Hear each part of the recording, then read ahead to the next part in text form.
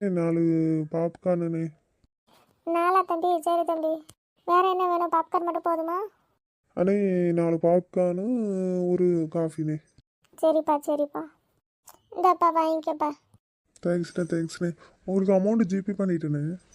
ஓகேப்பா ஓகேப்பா.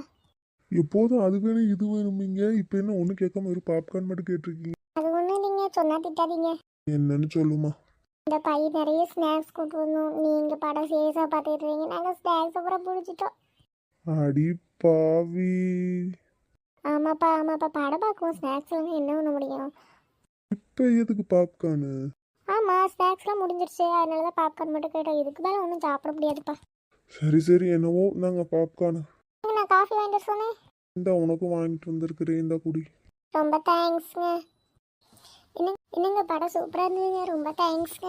ஆமாப்பா ரொம்ப தேங்க்ஸ்ப்பா. நாளைக்கு எல்லாரும் என் ஃப்ரெண்ட்ஸ் கிட்ட எல்லாரும் சொல்லுவாப்பா.